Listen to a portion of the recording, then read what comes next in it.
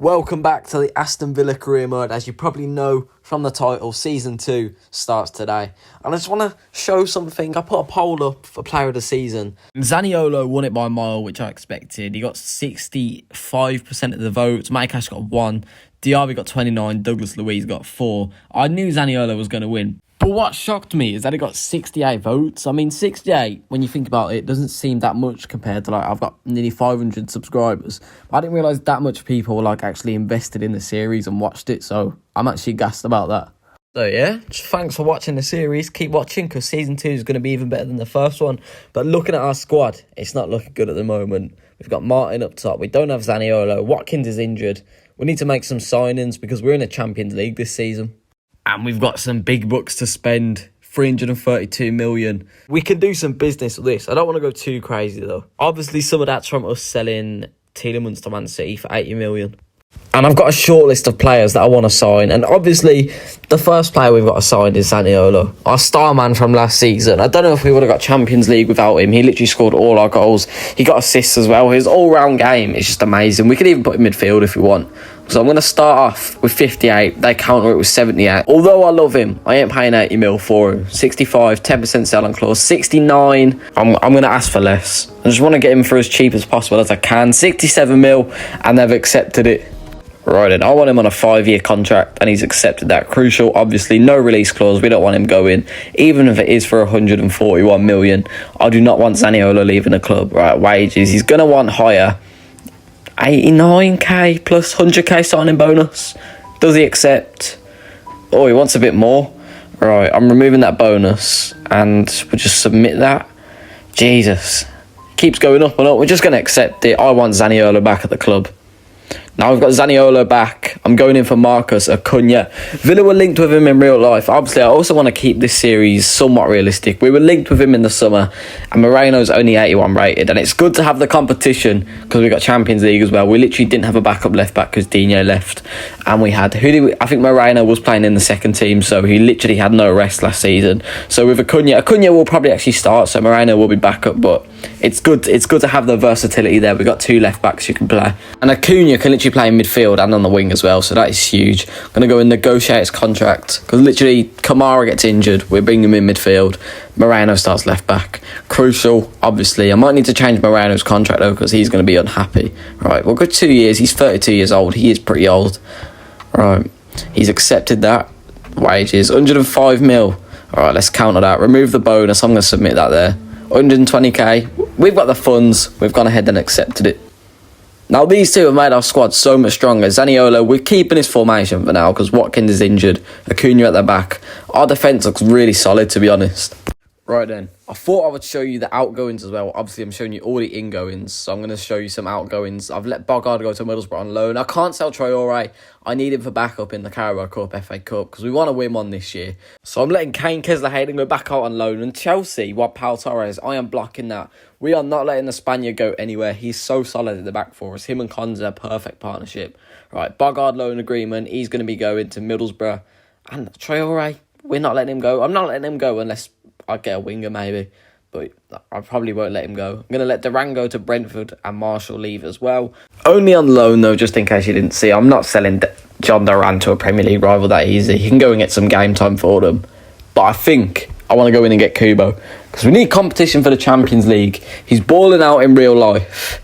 And I feel like it's a Villa signing. I don't know why. I could see him at Villa in a few years' time or maybe next season. You never know.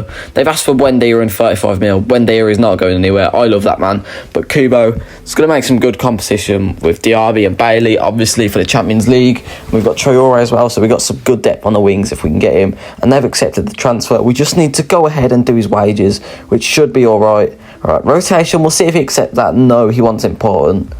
He's probably better than Bailey, to be fair, so I could see why he wouldn't accept rotation. 5 years, no release clause. I'm going to counter that, get rid of the bonus, and I'll go for 90. Alright, so he's put his wage up, and he's put his signing bonus up again. Have it back to how it originally was, mate. We're going down 680, taking 100k off it, and he's accepted it. Kubo has joined Villa, and the final signing, I feel like we need a backup for Matty Cash. Fresneda from Sporting Lisbon, 74 rated. He'll be a good backup for the cup competitions. Maybe early stages of the Champions League though, but we probably do want cash for the early stages of the Champions League. Well, for any stage of the Champions League. Right, they want 40 mil. I'm not paying that because I might as well have paid his release clause and got it done quickly. And they are insisting on this 14 mil. I'm going to put it down to 12. Alright, they want to think about it. And they've come back to us with 40 mil. I think I'm just going to have to accept it. I should have just paid the release clause. It would have been done so much quicker. But now time for his contract. Right, so he's asked for rotation, which is what we were going to give him anyway. He knows Matty Cash is better than him. 5 years. He could become a starter in a few years' time. We're not giving him a release clause. I don't want him leaving on us. Wages. I don't know. We'll go 20k and 100k signing bonus. I'm feeling generous. I didn't really... Jesus Christ, he didn't like that. He was on 6k before and he turned down 20k plus 100k up front. Cheeky bastard. But there's all our signings for this window so far. I think it's a very strong window. Zaniolo, Acuna, Kubo and Fresneda. Some good backup players. I mean, literally all of them can play maybe. Maybe not Fresneda now, but definitely in the future. That team is looking very solid, but the sharpness is not looking good. I've sent out a few scouts as well. One to England, getting any. One to Chile for a defensive player, and one to Australia for a technically gifted player. Some weird countries, I know, but it's fun to mix it up a bit. Also, let me know in the comments if you like me showing you all these transfers, the scouting and stuff, because usually in my series, I don't really show you them. Like, obviously, I show you who I signed, but I don't show you all the other players that I've got rid of out the club, who I've given new contracts to, the scouting reports, all of that stuff, youth academy. I don't really show it, so let me know if that's something you want to see more. Obviously, I've included it in this first episode because I just to test it, really, see if you like it. And I'm not letting Sanson go to Wolves. He can go anywhere but Wolves, West Brom or Blues. Alright, literally all of these players are going to leave on loan. Dendoncker, I'm going to let him go to Galatasaray. We literally didn't use him at all last season. He's pretty whack, I'm not going to lie. But literally all of that list are going to be leaving the club other than Alex Moreno. Liverpool wanted him. I rejected it, obviously. And the sharpness is not looking good. I don't know what to expect to happen in this game against Newcastle, who we've got first game of the season again, because literally we've got 3 sharpness. Our squad sharpness is 3. I don't know what that's going to affect. Obviously the turning and stuff, how sharp they are reacting to stuff. I don't know if that matters in FIFA though, so we'll see. Oh, look at that, beautiful. I'm sure I can see myself down there going to the game. That is sick. I didn't know they had the Villa Park trailer on here. That is techie, that is from me, yeah, I'm not going to lie. Cheeky little match trailer before. Hopefully we beat Newcastle. We lost to them in the opening game last season. Can't believe we've got them again in the reverse fixture, basically. Emi Buendia on the ball. Cuts in, goes for the finesse, gets blocked. DRB. Can he use his pace to get past Dan Burn? Yes, he can. He tries to cut it back, but it gets intercepted by Nuno Mendes. He's playing for Newcastle. Zaniolo felt like boot in the air. Fair play to him. Leon Bailey now on the ball, gets tackled. Livramento tries to get it out. Acuna intercepts. The Argentine gives it back to Bailey.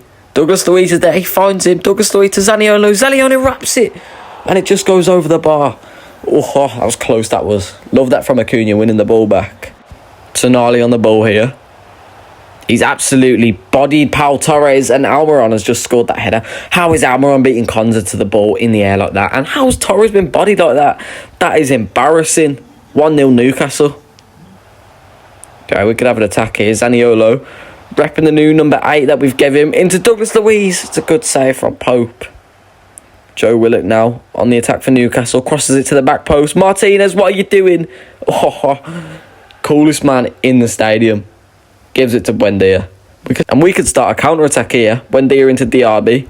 He's just burnt Nuno Mendes. I thought he was supposed to be fast. And he's through on goal. Gets the shot off. Nick Pope saves it. Only as far as Zaniolo heads it down. And we lose the ball. Right, we're going to bring Ramsey and Kubo on. Kubo on for his debut. Buendia and Bailey coming off. Let's see if Kubo can make a difference, because we've got 15 minutes left. We need a goal. Ramsey on the ball. Into Kubo. The substitute's linking up, but he gets bodied by Dan Burn. And the game ends there. We lose the first game of the season. It's pretty disappointing, I'm not going to lie. We want to win the first game of the season, especially at home. We want to make an impression for the season. Villa Park's a fortress as well, and we've lost. First game of the season. It's annoying. I'm not going to lie. And we've got even more players leaving the club. Louis Barry going on loan to Southampton. Courtney Hall's going to Saudi Arabia. Literally everyone is going. Ben Krazine going to Seattle Sounders. Literally all these players won't be getting used, though, to be fair. Tommy O'Reilly to that club. I don't know who they are. Who's this then? Finn Azaz to Nottingham Forest. The Irishman. We had a few more transfers. Chukwuemeka, Kellyman, Sanson. We've let Sanson go, actually. He's going to be leaving the club. That guy, he just hasn't had a good career at Villa. He looked promising. I was excited when he first joined Villa, but it just went to shit, really. I mean, a Champions League player from Marseille joining Villa, who literally just came up a year ago. We were gassed, but didn't work out, unfortunately. Diaby with the shot just goes over the bar. That would have been a really good goal from the Frenchman. Kubo finesses it straight into Ramsdale's hands. Promising signs, though. Douglas Luiz into Nicolo, the Italian stallion. Absolutely burns Gabriel and sends him the wrong way into Buendia. Takes a touch past Timber. Buendia gets a shot off and scores just before half time to make it 1-0. Emi Buendia from Argentina. He's 5'7". He's football heaven. He came to Villa from Carrow Road. Please don't take Miami away. What a player. Timber on the ball into Jorginho. Jesus. Arsenal trying to cook up an attack here into Rice. What is going on here? Who's this on the ball? Is this Casper the Ghost? What the hell? The ball was just moving by itself and had a shot. What is going on? EA, fix your game. What is going on, man? Kubo. We need to keep it away from that invisible Don. I think it was Odegaard, who's just literally just not in the game. Acuna bombing it down his left-hand side now. Into Douglas Luiz, into Kubo. Kubo, can he get his first goal for the club? Yes, he can. Kubo, on his full debut, has scored to make it 2-0 against Arsenal after they've tried to cheat against us using an invisible player. That is disgusting from Arsenal and DA. Rigged. But Kubo scores. Jorginho. Kamara. Why have I done that, man? I didn't need to do that. We were controlling the game 2-0 up, and I've gone diving in with Boubacar Kamara. Like, the best midfielder at the club, pretty much. It's tough between him and Douglas Luiz, but they're both really good. And now Odegaard's on the ball for them, apparently, but he's not really, though, because he's invisible. I can't get it off him, and I don't know what is going on, man. Jesus has done up Buendia. He's megged him. And I can't see Odegaard. He's nearly scored. I can't see him. EA, sort your game out. You glitched it in the player career mode. You're doing it in the Villa one as well. It's disgusting. And Odegaard's won it again for them.